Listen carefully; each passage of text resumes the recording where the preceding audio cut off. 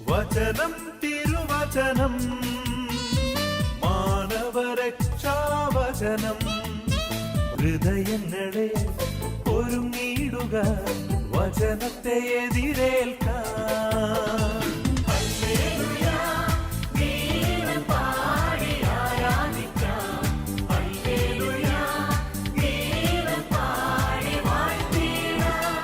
യേശുവിലസന എന്ന് പറഞ്ഞ സഹോദരി സഹോദരന്മാരെ, യുവാക്കളെ, ശിഷ്യന്മാരെ രാത്രി മുഴുവനും അധ്വാനിച്ചു. അവർക്ക് മീനൊന്നും കിട്ടിയില്ല. ഉഷസായപ്പോൾ ഈശോ അവരുടെ അടുത്ത് എത്തുകയാണ് ചെയ്യുന്നത്. എത്തിക്കഴിയുമ്പോൾ അവരോട് ചോദിക്കുന്നൊരു ചോദ്യം, കുഞ്ഞുമക്കളെ, നിങ്ങളുടെ അടുക്കൽ മീൻ വല്ലതുമുണ്ടോ? ഇല്ല എന്നാണ് അവരുത്തരം നൽകുന്നത്. എന്നാൽ ഈശോ പറയുന്ന മനോഹരമായ വള്ളത്തിൻ്റെ വലതുവശത്ത് വലയിടുക. അവർ വലയിട്ടു. അപ്പോൾ വലയിൽ അകപ്പെട്ട മത്സ്യത്തിന്റെ ആധിക്യം നിമിത്തം അത് വലിച്ചു കയറ്റാൻ അവർക്ക് കഴിഞ്ഞില്ല. അവർക്ക് അത്രയും നേരം അവർ വളരെ അധ്വാനിച്ചു. എന്തുകൊണ്ടായിരിക്കും അവർക്ക് മീൻ കെട്ടാതെ ഇരുന്നത്? അവർ പഴയ ജോലിയിലേക്ക് തിരിച്ചുപോയി. കാരണം ഇപ്പം ആരായിരുന്നു പത്രോസും പൗലോസും, അല്ലെങ്കിൽ പത്രോസും തോമസും സബദീപുത്രന്മാർ ആരാണ്? ശിഷ്യന്മാരാണ്, അല്ലെങ്കിൽ അപ്പസ്തോലന്മാരാണ്, അല്ലേ? ശിഷ്യന്മാരാണ്. കാരണം അവർ 3 വർഷക്കാലം ഈശോയുടെ കൂടെ നടന്നു. ഈശോ കാര്യങ്ങൾ കാണിച്ചു കൊടുത്തു. ഈശോ നടക്കാൻ പോകുന്ന കാര്യങ്ങളെല്ലാം പറഞ്ഞു കൊടുത്തു. ഈശോ അത്ഭുതങ്ങളും അടയാളങ്ങളും കാണിച്ചു കൊടുത്തു. പിതാവിനെക്കുറിച്ച് പറഞ്ഞു, പരിശുദ്ധാത്മാവിനെക്കുറിച്ച് പറഞ്ഞു. എന്നിട്ടും അവർക്ക് തിരിച്ചറിയാൻ പറ്റാതെ വന്നപ്പോൾ ഈശോ ഉദ്ധാനം ചെയ്തിട്ടും, ഇത് 3ാമത്തെ പ്രാവശ്യമാണ് പ്രത്യക്ഷം, അല്ലേ? അപ്പോൾ ഈ ഉദ്ധാനം ചെയ്തതിന് ശേഷവും അവർ തങ്ങളുടെ പഴയ ജോലിയിലേക്ക് തിരിച്ചുപോയി. അതവർക്ക് ഉചിതമായ പ്രവൃത്തിയല്ല. കാരണം എന്താ? അവരെ ഈശോ കടൽക്കരയിൽ നിന്നാണ് വിളിച്ചിരിക്കുന്നത്, അല്ലേ? മീൻ പിടിക്കുന്നവരെ പിടിച്ചിട്ട് പറഞ്ഞു, ഈശോ അവരോട് പറഞ്ഞു, ഞാൻ നിങ്ങളെ മനുഷ്യരെ പിടിക്കുന്നവരാകാം. അല്ലേ? മനുഷ്യരെ പിടിക്കുന്നവരാ. ഇനി നമുക്കറിയാം, വല വലിച്ചു കയറ്റി അതിലിഷ്ടം പോലെ മീനുണ്ട്. എന്നിട്ട് കരയ്ക്ക് വരുമ്പോൾ കാണുന്ന കാര്യം എന്താ?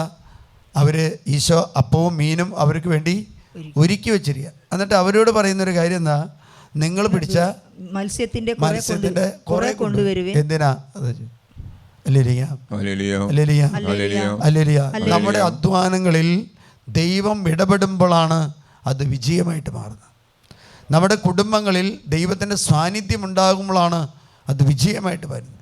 എപ്പോഴൊക്കെയും ദൈവത്തെ മാറ്റി നിർത്തിക്കൊണ്ട് നമ്മുടെ ജീവിതത്തിൽ നമുക്ക് സുഖങ്ങൾ വരുമ്പോൾ, സന്തോഷങ്ങൾ വരുമ്പോൾ, ആനന്ദങ്ങൾ വരുമ്പോൾ യേശുവിനെ മാറ്റി നിർത്തിയിട്ടുണ്ടെങ്കിൽ ആ ജീവിതങ്ങൾ പരാജയങ്ങളിലേക്ക് കടന്നു പോകുന്നുള്ളൊരു കാര്യമാണ് പ്രസവിച്ചത്. ശിഷ്യന്മാർ തൻ്റെ പഴയ ജോലിയിലേക്ക് ഒരിക്കലും തിരിച്ചു പോകാൻ പാടില്ല. കാരണം എന്താ? ഈശോ ഉദ്ധാനം ചെയ്തു, ഈശോ അനുഭവം കൊടുത്തു, ഈശോ നടന്നപ്പോൾ അത്ഭുതങ്ങളും അടയാളങ്ങളും രോഗശാന്തികളും കാണിച്ചു, ഡെലിവറൻസ് കാണിച്ചു കൊടുത്തു, പിശാചുകളെ ബഹിഷ്കരിക്കാനുള്ള അധികാരം കൊടുത്തു. എന്നിട്ട് പറഞ്ഞു, ഞാൻ നിങ്ങളെ മനുഷ്യരെ പിടിക്കുന്നവരാക്കും. അല്ലേലിയ. പക്ഷേ ശിഷ്യന്മാർക്ക് വിശ്വസിക്കാൻ പറ്റില്ല. ശിഷ്യന്മാർ ഈശോ പ്രത്യക്ഷപ്പെട്ടെങ്കിലും അടയാളങ്ങൾ കാണിച്ചു കൊടുത്തെങ്കിലും പഴയ ജോലി മനുഷ്യരായ നമ്മുടെ എല്ലാവരുടെയും രീതി തന്നെയാണ്. കുറേ നാൾ ഈശോയുടെ നല്ലൊരു വിശ്വാസം ഉണ്ടാവും, ബൈബിളൊക്കെ എടുക്കും, നന്നായിട്ട് വായിക്കും, നന്നായിട്ട് ജപമാലയും ചൊല്ലും. കുറേ നാൾ കഴിയുമ്പോഴോ വീണ്ടും നമ്മൾ വിശ്വാസത്തിൽ നിന്ന് അകന്നു പോകും. അല്ലേലിയ. ഇവിടെ പ്രാർത്ഥന ഒരുക്കി കാത്തിരിക്കുന്ന ഒരു യേശുവിനെയാണ് കാണുന്നത്. നമ്മുടെ ജീവിത സാഹചര്യങ്ങളിൽ നമുക്കുണ്ടാകാൻ പോകുന്ന എല്ലാ മേഖലകളും ഈശോക്കറിയാം. കാരണം എന്താ? ഈശോ ഇവർ വള്ളം വലിച്ചുകൊണ്ട് മീൻ കിട്ടാതെ അലയുന്നത് ഈശോ കണ്ടിരുന്നു. അതുകൊണ്ടാണ് ഈശോ കടൽക്കരയിലേക്ക് വന്നിട്ട്, മക്കളെ, നിങ്ങളുടെ കയ്യിൽ, കുഞ്ഞുങ്ങളെ, നിങ്ങളുടെ കയ്യിൽ വല്ല മീനും ഉണ്ടോ? അപ്പോൾ അതിൽ ചില ശിഷ്യന്മാർക്ക് മനസ്സിലായി, കാരണം ഇത് യേശുവാണ്. മാത്രമല്ല, വലയിട്ടപ്പോൾ അത്രയും നേരം ഒരു മീൻ പോലും കിട്ടാത്തവർക്ക് വല വലിച്ചു കയറ്റാൻ പറ്റാത്ത വിധത്തിൽ 153 മത്സ്യങ്ങൾ അതിലുണ്ടായിരുന്നു. വലിച്ചു കയറ്റുവനും വന്ന് പ്രാതൽ കഴിക്കുമെന്നാണ്. ജീവിതത്തിൽ ദൈവത്തിൻ്റെ സാന്നിധ്യം നമ്മോട് എപ്പോഴും ഉണ്ടായിരിക്കണം. ഈ കപ്പൂച്ചൻ അച്ഛന്മാർ പഴയകാലത്ത് ഞാനൊക്കെ സംസാരിക്കാൻ പോകുമ്പോൾ പറയുന്നൊരു കാര്യമുണ്ട്, ഇപ്പോൾ അങ്ങനെ തന്നെയായിരിക്കും. എപ്പോഴും ദൈവ സാന്നിധ്യ സ്മരണ വേണം. അല്ലേ? നമ്മൾ ഇരിക്കുന്നതും കിടക്കുന്നതും എല്ലാം ദൈവത്തിൻ്റെ വലിയ ഇടപെടലാണ്. നമ്മൾ ഓരോരുത്തരും കർത്താവിന് വേണ്ടി ആത്മാക്കളെ പിടിക്കാൻ, ആത്മാക്കളെ നേടുവാൻ വേണ്ടി വിളിക്കപ്പെട്ടവരാണ് നമ്മൾ ഓരോരുത്തരും. അതിനുള്ള ദൗത്യം നമുക്ക് കർത്താവ് തന്ന്, അതിനുള്ള കൃപയും അഭിഷേകവും ചൈതന്യവും നമുക്ക് ഓരോരുത്തർക്കും കർത്താവ് നൽകിയിട്ടുണ്ട്. ഹല്ലേലൂയ. ലൂക്കായുടെ സുവിശേഷത്തിൽ മനോഹരമായ ഒരു സംഭവം സ്നാപക യോഹന്നാനെ കുറിച്ച് പറയുന്നുണ്ട്. 1-ാമത്തെ അധ്യായത്തിൽ 15-ാമത്തെ തിരുവചനത്തിലാണ്. അതിലെ പ്രകാരം പറയാണ്, കർത്താവിന്റെ സന്നിധിയിൽ അവൻ വലിയവനായിരിക്കും. വീഞ്ഞോ മറ്റു ലഹരി പാനീയങ്ങളോ അവൻ കുടിക്കുകയില്ല. അമ്മയുടെ ഉദരത്തിൽ വെച്ച് തന്നെ അവൻ പരിശുദ്ധാത്മാവിനാൽ നിറയും. നമുക്കറിയാം, ഉടമ്പടി സ്ഥാപിക്കാൻ വേണ്ടി ആദ്യം വിടുന്നത് ആരെയാണ്? സ്നാപക യോഹന്നാനെയാണ്. യേശുവിന് വേണ്ടി വഴിയൊരുക്കാൻ വേണ്ടിയാണ് സ്നാപക യോഹന്നാനെ അയക്കുന്നത്. പ്രകാരം പറയാണ്, വചനത്തിൽ പറയുന്ന പ്രകാരമാണ്, സ്നാപക യോഹന്നാന്റെ മാതാപിതാക്കന്മാരായ സക്രിയായും എലിസബത്തും മക്കളില്ലായിരുന്നു. എലിസബത്ത് വന്ധ്യയായിരുന്നു. ഹല്ലേലൂയ. പ്രാർത്ഥിക്കുന്ന കുടുംബമായിരുന്നു. പുരോഹിത ശുശ്രൂഷ നടത്തുന്ന വ്യക്തിയാണ് സക്രിയ പ്രവാചകൻ. ഹല്ലേലൂയ. അതിൽ ഇപ്രകാരം പറയാണ്, അവർ ദൈവത്തിന്റെ സന്നദ്ധിയിൽ കുറ്റമറ്റവരും നീതിനിഷ്ഠരും കർത്താവിന്റെ കൽപ്പനകളും പ്രമാണങ്ങളും കുറ്റമറ്റ വിധം അനുസരിക്കുന്നവരും ആയിരുന്നു. എന്നിട്ട് എന്തുകൊണ്ടാ മക്കളില്ലാതിരുന്നത്? പഴയ നിയമത്തിൽ നമ്മൾ കാണുന്നുണ്ട്, മക്കളില്ലാത്ത കുടുംബങ്ങളെ നമ്മൾ കാണുന്നുണ്ട്. കർത്താവ് അവർക്ക് എല്ലാവർക്കും മക്കളെ നൽകുന്നുണ്ട്. ഒറ്റ കാരണമുള്ളൂ, അവർ നീതിനിഷ്ഠരായിരുന്നു, സത്യസന്ധരായിരുന്നു, ദൈവത്തിൻ്റെ കൽപ്പനകൾ പാലിക്കുന്നവരായിരുന്നു. ഇപ്രകാരം പറയാണ്. തുടർന്ന് വായിക്കുമ്പോൾ നമ്മൾ പറയാണ്, 9-ാമത്തെ വചനത്തിൽ പറയാണ്, പൗരോഹിത്യ വിധി പ്രകാരം കർത്താവിന്റെ ആലയത്തിൽ പ്രവേശിച്ച് ധൂപം സമർപ്പിക്കാൻ സക്രിയാക്കി കുറി വീണു. അതായത് 24,000 പുരോഹിതന്മാർ ജെറുസലേം ദേവാലയത്തിൽ ബലി അർപ്പിക്കാൻ വേണ്ടി ഉണ്ടായിരുന്നു. അതുകൊണ്ട് എല്ലാവർക്കും എല്ലാ ദിവസവും ഈ കർമ്മങ്ങൾ ചെയ്യാൻ പറ്റാത്തതുകൊണ്ട് അവർ നറുക്കെട്ടെടുക്കുമായിരുന്നു. അങ്ങനെ നറുക്കെട്ട് കിട്ടിയപ്പോൾ പൗരോഹിത്യ വിധി പ്രകാരം കർത്താവിൻ്റെ ആലയത്തിൽ ധൂപാർപ്പണ പ്രാർത്ഥന നടത്തുവാൻ വേണ്ടി വിളിക്കപ്പെട്ടവനായിരുന്നു സക്രിയ. ഒരു ധൂപാർപ്പണ പ്രാർത്ഥന ഒരു പുരോഹിതൻ ചെയ്യുമ്പോൾ അത് 2 കാര്യങ്ങളാണ് സൂചിപ്പിക്കുന്നത്. ഒന്ന്, ഇപ്രകാരം പറയും, സമൂഹം വെളിയിൽ പ്രാർത്ഥിച്ചു കൊണ്ടിരിക്കുകയാണ്. പുറത്ത് പ്രാർത്ഥിച്ചു കൊണ്ടിരിക്കുന്ന സമൂഹത്തിൻ്റെ പ്രാർത്ഥന കേൾക്കുക എന്നുള്ളത് ഒരു പുരോഹിതൻ്റെ ധൂപാർച്ചന പ്രാർത്ഥനയിൽ പുരോഹിതൻ ചെയ്യുന്ന ധർമ്മമാണ്. ഇതിൻ്റെ കാരണം എന്താണെന്ന് വെച്ചാൽ, നമുക്കറിയാം, പഴയ കാലത്ത് നമ്മുടെ ദേവാലയങ്ങളെല്ലാം ഒരു വിരിയുണ്ടായിരുന്നു. ദേവാലയത്തിലെ തിരശ്ശീല കീറിപ്പോയി എന്നൊക്കെ നമ്മൾ വിശുദ്ധ ഗ്രന്ഥത്തിൽ വായിക്കുന്നത്. അതുകൊണ്ട് ഈ ധൂപാർച്ചന സമയത്ത് ഈ പുരോഹിതൻ അകത്ത് കയറിയാണ് ധൂപാർച്ചന നടത്തുന്നത്. ആ ധൂപാർച്ചന നടത്തുമ്പോൾ ജനം മുഴുവനും പുറത്ത് പ്രാർത്ഥിച്ചുകൊണ്ടിരിക്കുക, കർത്താവേ ഞങ്ങളുടെ പ്രാർത്ഥന കേൾക്കണമേ എന്നാണ് അവരുടെ ആഗ്രഹം. ഈ പുറത്ത് പ്രാർത്ഥിക്കുന്ന വ്യക്തികളുടെ, കുടുംബങ്ങളുടെ, സമൂഹങ്ങളുടെ പ്രാർത്ഥന, ദേശങ്ങളുടെ പ്രാർത്ഥന കേൾക്കുവാൻ വേണ്ടിയാണ് പുരോഹിതൻ ധൂപാർച്ചന നടത്തി ദൈവത്തിൻ്റെ സന്നിധിയിൽ ദൈവത്തെ ആരാധിക്കുന്നത്, ദൈവത്തെ സ്തുതിക്കുന്നത്. 2-ാമത്തെ കാര്യം എന്താണെന്ന് വെച്ചാൽ, സമൂഹം ചെയ്ത പാപങ്ങൾക്ക് പരിഹാരം ചെയ്യുക എന്നുള്ളതാണ്. നമ്മുടെ കുടുംബത്തിൽ ആരെങ്കിലും ദൈവത്തിൻ്റെ സന്നിധിയിൽ തിന്മ പ്രവർത്തിച്ചിട്ടുണ്ടെങ്കിൽ, അല്ലെങ്കിൽ ഉടമ്പടി ലംഘിക്കപ്പെട്ടിട്ടുണ്ടെങ്കിൽ, 2-ാമത്തെ കാര്യം, ആ ധൂപാർച്ചന സമയത്ത് ഈ പുരോഹിതൻ ചെയ്യുന്നത് നമ്മുടെ പാപങ്ങൾക്ക് പരിഹാരമായിട്ട് ധൂപാർച്ചന ചെയ്ത് ദൈവത്തിൻ്റെ സന്നിധിയിൽ ആരാധിക്കുകയാണ്. ആരാധിക്കുമ്പോൾ നമുക്കറിയാം, ദൈവത്തെ ആരാധിക്കുമ്പോൾ സ്തുതിക്കലും ദൈവത്തെ നന്ദി പറയുമ്പോഴും ജനം ചെയ്ത പാപത്തിന് പരിഹാരം ചെയ്യുക. അതുകൊണ്ടാണല്ലോ നമ്മൾ ധ്യാനങ്ങൾക്കൊക്കെ പോകുമ്പോൾ ധ്യാനഗുരുക്കന്മാർ പറയാൻ, നന്നായിട്ട് പ്രാർത്ഥിക്കുക, കൈയടിക്കുക, ആരാധിക്കുക, ഗാനങ്ങൾ കാല് മാറ്റി ചവിട്ടുക, കൈ അങ്ങോട്ട് ഇടതും വലതും അടിക്കാൻ പറയും. ചിലവർ മരം നിൽക്കുന്ന പോലെ നിൽക്കും, അനങ്ങല്ല. കാരണം അനങ്ങാൻ അവർക്ക് പറ്റില്ല, കടബാധ്യതയുണ്ട്, ജോലി തടസ്സമുണ്ട്, അല്ലെങ്കിൽ കുടുംബ പ്രശ്നങ്ങളുണ്ട്, അതുകൊണ്ട് അനങ്ങാൻ പറ്റില്ല. അപ്പോൾ ഉള്ളിലിങ്ങനെ പറയും, അനങ്ങരുതെന്ന് പറയും. ആരായിരിക്കും പറയുന്നത്? അനങ്ങരുത്, നീ തൊടരുത്. അച്ഛൻ ഇതിലും വലുത് പറയും, ഡാൻസ് ചെയ്യാൻ പറയും, നീ ചെയ്യരുത്, കാരണം നീ അങ്ങനെ ചെയ്യാൻ വിളിക്കപ്പെട്ടവനല്ല എന്ന് ഉള്ളിലിങ്ങനെ പറയും. എന്നാൽ നമ്മുടെ കുർബാനയുടെ എല്ലാ പ്രാർത്ഥനകളും എന്താ? ആരാധന, സ്തുതി, മഹത്വം, തുടങ്ങുന്നതും അവസാനിക്കുന്നതും അങ്ങനെ തന്നെയാണ്. നമ്മളാണെങ്കില്ല, പക്ഷെ പന്തക്കുസ്തകരാണെങ്കിൽ ഒരു 2 ആളുണ്ടെങ്കിൽ ഈ പ്രദേശം അവർ പൊളിച്ചു കളയും. നമ്മളും അവരും തമ്മിലുള്ള വ്യത്യാസം എന്താണെന്ന് വെച്ചാൽ അവർ സ്തുതിക്കും, നമ്മൾ സ്തുതിക്കാൻ വേണ്ടി ദൈവത്തെ ആരാധിക്കാൻ വേണ്ടി വിളിക്കപ്പെട്ടവരാണ്. പക്ഷെ ജഗം ചെയ്ത ക്രിസ്ത്യാനി സ്തുതിക്കില്ല. അത് പറയാതെ പന്തക്കുസ്തകാരുടെ പരിപാടിയാണ്, എന്നോട് പന്തക്കുസ്തകാരുടെ പരിപാടി പറയരുതെന്ന് പറയും. അല്ലേലിയ. ആരാധിക്കുക എന്ന് പറഞ്ഞാൽ ഈശോ പറയുന്ന ഒരു കാര്യമാണ്. യോഹന്നാൻ്റെ സുവിശേഷം 4-ാം അധ്യായത്തിൽ 23-ാം തിരുവചനത്തിൽ പറയാം, ആത്മാവിലും സത്യത്തിലും നിങ്ങൾ ആരാധിക്കണം. ദൈവത്തെ ആരാധിക്കുന്ന ആരാധന രീതിയാണ് ആത്മാവിലും സത്യത്തിലും ആരാധിക്കുക. പിശാചൻ നമ്മളോട് പറഞ്ഞാൽ നീ ആരാധിക്കരുത്, നീ സ്തുതിക്കരുത്, ദൈവത്തിന് നന്ദി പറയരുത്. ഇവനിത് കേൾക്കുന്നത് അലർജിയാണ്. ആർക്ക്? പിശാചനത് കേൾക്കുന്നത് അലർജിയാണ്. അല്ലേലിയ എന്ന് പറഞ്ഞാൽ ആരാധിക്കുന്ന സമൂഹത്തിൻ്റെ ഉള്ളിൽ ഭക്ഷണവും പാനീയവും കർത്താവ് നൽകി അതായത് നമ്മുടെ സാമ്പത്തിക മേഖല ദൈവം അനുഗ്രഹിക്കും. സാമ്പത്തിക മേഖല നഷ്ടപ്പെട്ടവൻ ഒരിക്കലും ആരാധിക്കുന്നില്ലെങ്കിൽ പിന്നെ കർത്താവിനെ എങ്ങനെ തരാൻ പറ്റും? ആരാധിക്കുമ്പോഴാണ് വചനം പറയാണ് അവൻ്റെ സാമ്പത്തിക മേഖല.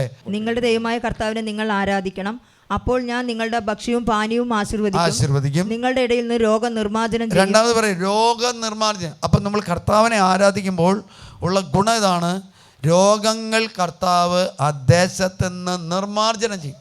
അതുകൊണ്ടാണ് നന്നായിട്ട് കൈയടിച്ച് പ്രാർത്ഥിച്ച് ആരാധിക്കുന്ന വ്യക്തിക്ക് രോഗം സുഖപ്പെടുന്നതിൻ്റെ കാരണം എന്താ?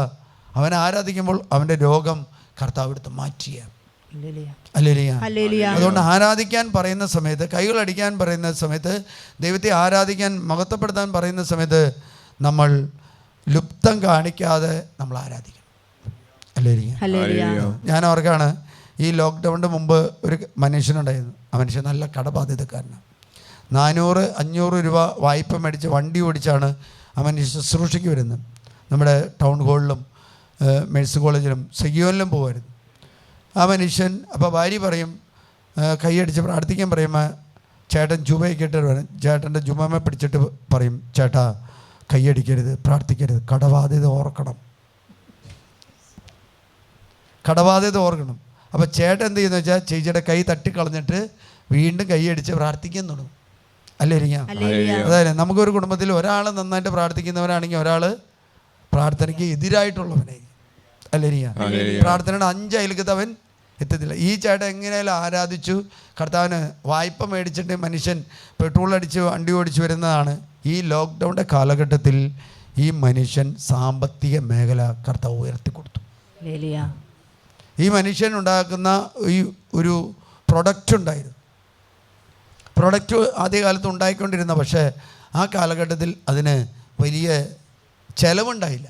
ഈ ലോക്ക്ഡൗണിൻ്റെ കാലഘട്ടത്തിൽ ആളുകൾക്ക് വീട്ടിൽ നിന്ന് ഇറങ്ങാൻ പറ്റാതെ വന്നപ്പോൾ ആളുകളൊക്കെ വീട്ടിൽ തന്നെ ഈ ഗാർഡനും അങ്ങനെയുള്ള സാധനങ്ങൾ ഉണ്ടാക്കാൻ തുടങ്ങിയപ്പോൾ, ഇത് കേരളത്തിലെ 1-2 സ്ഥലത്താണ് ഇതിൻ്റെ ഈ മോൾഡ് ഉണ്ടാക്കുന്നുള്ളൂ. അത് ഉണ്ടാക്കുന്നത് ഈ മനുഷ്യനാണ്. അങ്ങനെ അനേകം സെയിൽസ് ഈ മനുഷ്യന് കിട്ടി. അതുകൊണ്ട് ഈ മനുഷ്യനെ ദൈവം ഉയർത്തി. ഭാര്യ പറഞ്ഞത് കേട്ടിട്ടുണ്ടെങ്കിൽ കുത്തുവാള, ഭാര്യ പറഞ്ഞത് കേട്ടിട്ടുണ്ടെങ്കിൽ കുത്തുവാള തന്നെ. അപ്പോൾ ആ മനുഷ്യൻ ഇപ്പോൾ പറയാണ്, ഞാൻ അന്ന് പ്രാർത്ഥിക്കാൻ പറയുന്ന സമയത്ത് ഭാര്യ ഇങ്ങനെ പിടിച്ച് വലിക്കും, ചേട്ടാ കടബാധ്യത ഓർക്കണം. ഈ സ്നാപക നമ്മുടെ അഗസ്തീനോസ് അമ്മയോട് പറഞ്ഞോട്ടെ, നീ ബലിവേദിയിൽ നിൽക്കുമ്പോൾ എന്നെ ഓർക്കണം എന്ന് പറഞ്ഞോട്ട് ഇത് ചേച്ചി പറയാ, കടബാധ്യത ഓർക്കണം ചേട്ടാ, കൈയടിക്കരുത്, കാരണം കടം തന്നത് കർത്താവാണ്. അല്ലേ? അങ്ങനെയല്ലേ ചിന്തിക്കുന്നത്? പള്ളിയിൽ വന്നാൽ നന്നായിട്ട് പ്രാർത്ഥിക്കേണ്ട ഒരു വ്യക്തിയെ കടബാധ്യത ഓർത്ത് കഷ്ടപ്പെടുകയാണെങ്കിൽ പിന്നെ എവിടെ അവൻ ആശ്വാസം കണ്ടെത്തുന്നു? അല്ലേ? മൂന്നാമത് പറയാണ് രണ്ടാമത് രോഗനിർമ്മാർജ്ജനം ചെയ്യും. ഗർഭചിത്രമോ വന്ധ്യതയോ ഉണ്ടാവില്ല. അല്ലേലിയ. മക്കളില്ലാത്ത എത്രയോ കുടുംബങ്ങളുണ്ട്. മക്കളില്ലെങ്കിൽ IVF മറ്റുള്ള കാര്യങ്ങൾക്ക് ഓടിപ്പോകുന്ന ചെയ്യരുത്. അങ്ങനെ ചെയ്ത കുട്ടികൾക്ക് ഈ മെമ്മറിയിൽ ലോസ് വന്നത് ഇവിടെ കൊണ്ടുവന്നിട്ടുണ്ട്. പ്രാർത്ഥിക്കുക. അല്ലേലിയ. അടുത്തത് പറയാണ്, നിനക്ക് ഞാൻ ദീർഘായുസ് തരും. നമ്മുടെ വയസ്സപ്പോൾ ക്രിസ്ത്യാനിയുടെ വയസ്സ് 50, 50ൻ്റെ താഴെ 40, 30, 25, 20. അപ്പോൾ ദൈവത്തെ ആരാധിക്കുന്ന ഒരു സമൂഹത്തിന് കൊടുക്കുന്ന ഇതാണ് ദീർഘായുസ് നൽകി കർത്താവ്. 200, 300, 400, 500, 900 വർഷമൊക്കെ ആളുകൾ ജീവിച്ചിരിക്കുന്നത്. നിങ്ങളുടെ ജീവിതത്തിൽ എന്ത് പ്രശ്നങ്ങളുണ്ടെങ്കിലും ആരാധിക്കാൻ പറയുന്ന സമയത്ത് മനസ്സ് തുറന്ന് ആരാധിക്കണം. ദൈവമല്ല തടസ്സം വന്നത്, ദൈവമല്ല ഇത് മുടക്കിയത്, നമ്മുടെ തന്നെ പ്രവൃത്തിയോ നമ്മൾ ആശ്രയിച്ച ആത്മാവുമാണ്. ഈ ലോകം പോകുന്ന 2 ശക്തികളുടെയാണ്. അല്ലേലൂയ. മെറ്റീരിയൽ തിങ്ങിലൂടെ അല്ല പോകുന്നത്. ലോകം പോകുന്നത് ദൈവത്തിൻ്റെ ആത്മാവും അശുദ്ധാത്മാവും, തിന്മയുടെ ആത്മാവും. ആദ്യകാലം ഉൽപ്പത്തി മുതൽ വെളിപാട് പറയുന്നത്, വെളിപാട് പുസ്തകം വരെ പറയുന്നത് എന്നാ ദൈവത്തിൻ്റെ ആത്മാവിനെ കുറിച്ചാണ്. അല്ലേലൂയ. അതുകൊണ്ടാണല്ലോ വചനം പറയാണ്, അവൻ അമ്മയുടെ ഉദരത്തിലായിരിക്കുമ്പോൾ അവൻ പരിശുദ്ധാത്മാവിനാൽ നിറയും. അമ്മയുടെ ഉദരം പരിശുദ്ധാത്മാവിനാൽ നിറയുവാനുള്ളതാണ്. അമ്മയുടെ ഉദരം അത് ഭ്രൂണഹത്യ ചെയ്യാനുള്ളതല്ല എന്നാണ് വചനം പറയുന്നത്. Hallelujah, hallelujah. അതുകൊണ്ട് പറയാം, ഹഗായി പ്രവാചകന്റെ പുസ്തകത്തിൽ 2-ാമത്തെ അധ്യായത്തിൽ 5-ാമത്തെ തിരുലിഖിതത്തിൽ ഇപ്രകാരം പറയാണ്, ഞാൻ ഈജിപ്തിൽ നിന്ന് നിങ്ങൾ പുറപ്പെട്ടപ്പോൾ ഞാൻ നിങ്ങളോട് വാഗ്ദാനം ചെയ്തിരുന്നതുപോലെ എന്റെ ആത്മാവ് നിങ്ങളുടെ ഇടയിൽ എൻ്റെ ആത്മാവ് നിങ്ങളുടെ ഇടയിൽ വസിക്കും. ഭയപ്പെടേണ്ട. എൻ്റെ ആത്മാവ് നിങ്ങളുടെ ഇടയിൽ വസിക്കും. പഴയകാലത്ത് നമുക്കറിയാം ദേവാലയത്തിലാണ് ആത്മാവ് വസിച്ചിരുന്നത്, അല്ലേ? ദൈവത്തിൻ്റെ ആത്മാവ്. ഹല്ലേലൂയ. അതിനെക്കുറിച്ചാണ് അതുകൊണ്ട് പറയുന്ന പ്രകാരമാണ് തുടർന്നുള്ളത്, നീ ആലയം പണിയുവൻ. അപ്പോൾ ദേവാലയം വസിക്കാനുള്ള ഒരു വാസസ്ഥലമായിരുന്നു ആലയമെങ്കിൽ ഇവിടെ പറയാം, വചനം പറയാം, ഞാൻ നിങ്ങളുടെ ഇടയിൽ വസിക്കുമെന്ന് പറഞ്ഞാൽ മോസസ് കർത്താവിനോട് ചോദിക്കുന്ന ഒരു കാര്യമുണ്ട്, നീ എൻ്റെ കൂടെ വരണം. ഹല്ലേലൂയ. ജോഷുവ പറയുന്നുണ്ട്, പ്രവാചകന്മാരെല്ലാം പറയുന്നുണ്ട്, ദൈവം പറഞ്ഞു, ഞാൻ നിൻ്റെ കൂടെയുണ്ട്, ഞാൻ നിനക്ക് മുമ്പിലുണ്ട്, ഞാൻ നിനക്ക് പിമ്പിലുണ്ട്, ഞാൻ നിൻ്റെ സൈഡിലുണ്ട്. യെശയ്യാ പ്രവാചകൻ്റെ പുസ്തകം 52:12 പറയാ, നീ തിടുക്കം കൂട്ടേണ്ട, ഓടുകയും വേണ്ട, ഞാൻ നിനക്ക് മുമ്പിലുണ്ട്. ഹല്ലേലൂയ. ഞാൻ നിനക്ക്. അതുകൊണ്ട് ആത്മാവിനെയാണ് ദൈവം നമ്മുടെ ഹൃദയം. പുതിയ നിയമത്തിലേക്ക് വരുമ്പോൾ ഈശോ പറയുന്നൊരു കാര്യമാണ്, നമ്മുടെ ശരീരമാണ് പരിശുദ്ധാത്മാവിൻ്റെ വാസസ്ഥലം. പരിശുദ്ധാത്മാവിൻ്റെ വാസസ്ഥലം. നമ്മൾക്ക് നമ്മുടെ ശരീരം നമുക്കിഷ്ടപ്രകാരമുള്ളത് ചെയ്യാനുള്ളതല്ല. നമ്മുടെ ശരീരം നമ്മൾ ആഗ്രഹിക്കുന്ന കാര്യങ്ങൾ ചെയ്യാനുള്ളതല്ല നമ്മുടെ ശരീരം. ഹല്ലേലൂയ.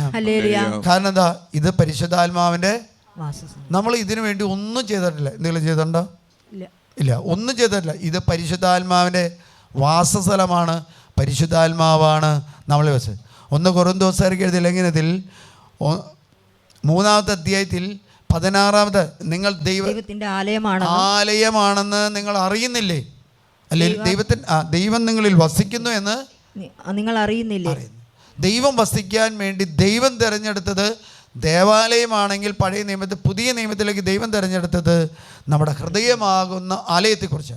അതുകൊണ്ടാണ് ഈ 1:15 പറയാം, 15 അവസാനത്തെ വചനം പറയാം, അവൻ അമ്മയുടെ ഉദരത്തിലായിരിക്കുമ്പോൾ അവൻ പരിശുദ്ധാത്മാവിനാൽ നിറയും. അപ്പോൾ അമ്മയുടെ ഉദരത്തിൽ വെച്ച് തന്നെ ഒരു കൊച്ച് പരിശുദ്ധാത്മാവിൻ്റെ കൃപകളും വരങ്ങളും ദാനങ്ങളും കൊണ്ട് നിറയുകയാണ് ചെയ്യുന്നത്.